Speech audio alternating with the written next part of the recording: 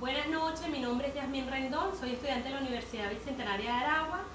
La facilitadora de este tema es la doctora Dulce Morgado, de la Cátedra de Introducción al Derecho. Hoy les voy a hablar sobre las obligaciones mancomunadas y solidarias. Para definir lo que son las obligaciones, es el vínculo jurídico mediante el cual dos partes, acreedor y deudor, quedan obligadas a cumplir con una prestación. Dicha prestación consiste en dar, hacer o no hacer, teniendo que ser lícita y dentro del comercio. Las obligaciones mancomunadas son aquellas en las que existen varios deudores y varios acreedores, y cada uno está facultado para cobrar su deuda. Y esto nos genera los siguientes efectos. Cada acreedor solo puede exigir su cuota del crédito. La interrupción de la prescripción que afecta a uno no agrava a los otros. La mora de uno no agrava a los otros. Y también tenemos que la culpa de uno no agrava a los otros. La insolvencia de los deudores no grava al resto. Es así que las obligaciones solidarias, en este tipo de obligaciones existen varios sujetos. Está el sujeto activo, el sujeto pasivo y un único o prestación, y cada uno de los deudores están obligados a realizar por entero la prestación, y cada uno de los acreedores puede exigir también la prestación íntegra. Estas obligaciones nacen, o se dice que existen tres fuentes. ¿Cuáles son estas fuentes? Tenemos principalmente el contrato. El contrato nos permite o establece que es bilateral, consensual. El testamento es una fuente activa o pasiva, y la ley nace de los delitos cometidos. Esto está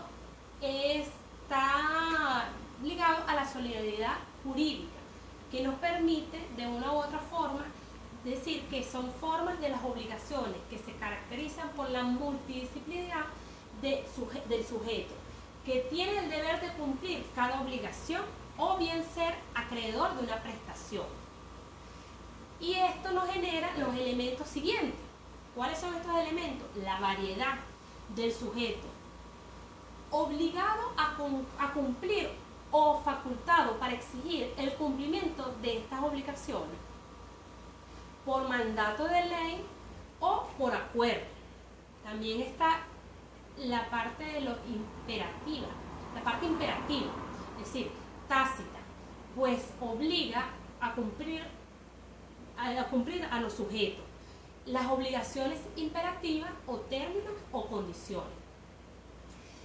Podemos manejar que la solidaridad activa, la pasiva y la solidaridad uniforme son los tipos de solidaridad que se encuentran en la fuente.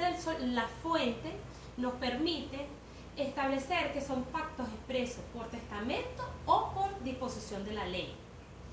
Y en esta fuente, las características resaltantes están que surge un acto puramente criminal.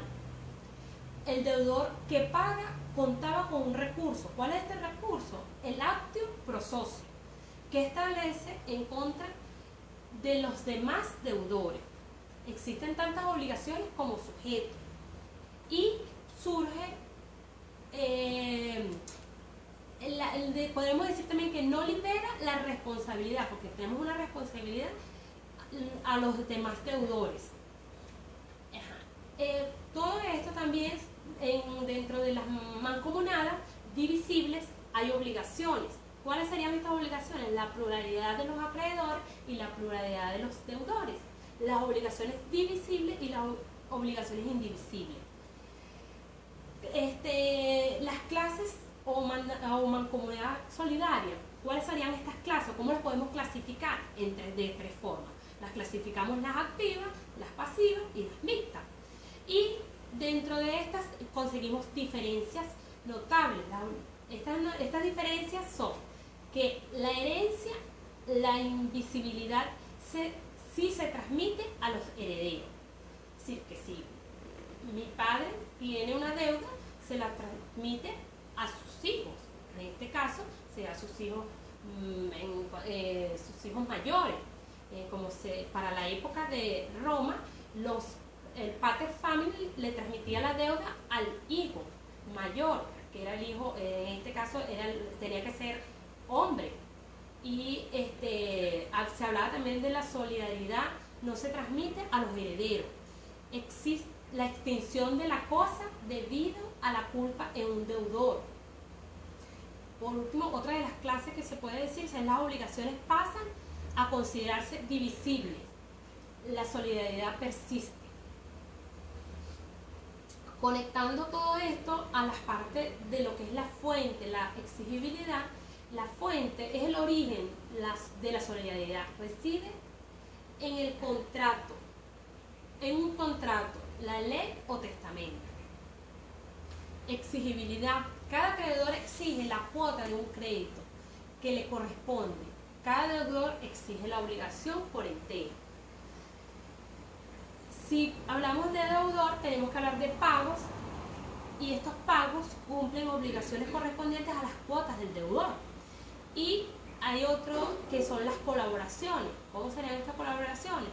Son las que pueden llegar a entenderse para cumplir la obligación conjuntamente. Lo mismo ocurre con los acreedores al exigirla.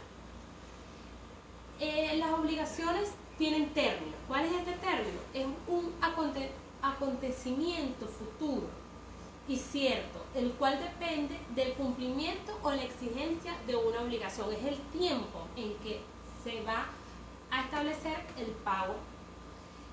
Bueno, hasta aquí está mi exposición. Muchas gracias. Buenas noches. Que me cortan.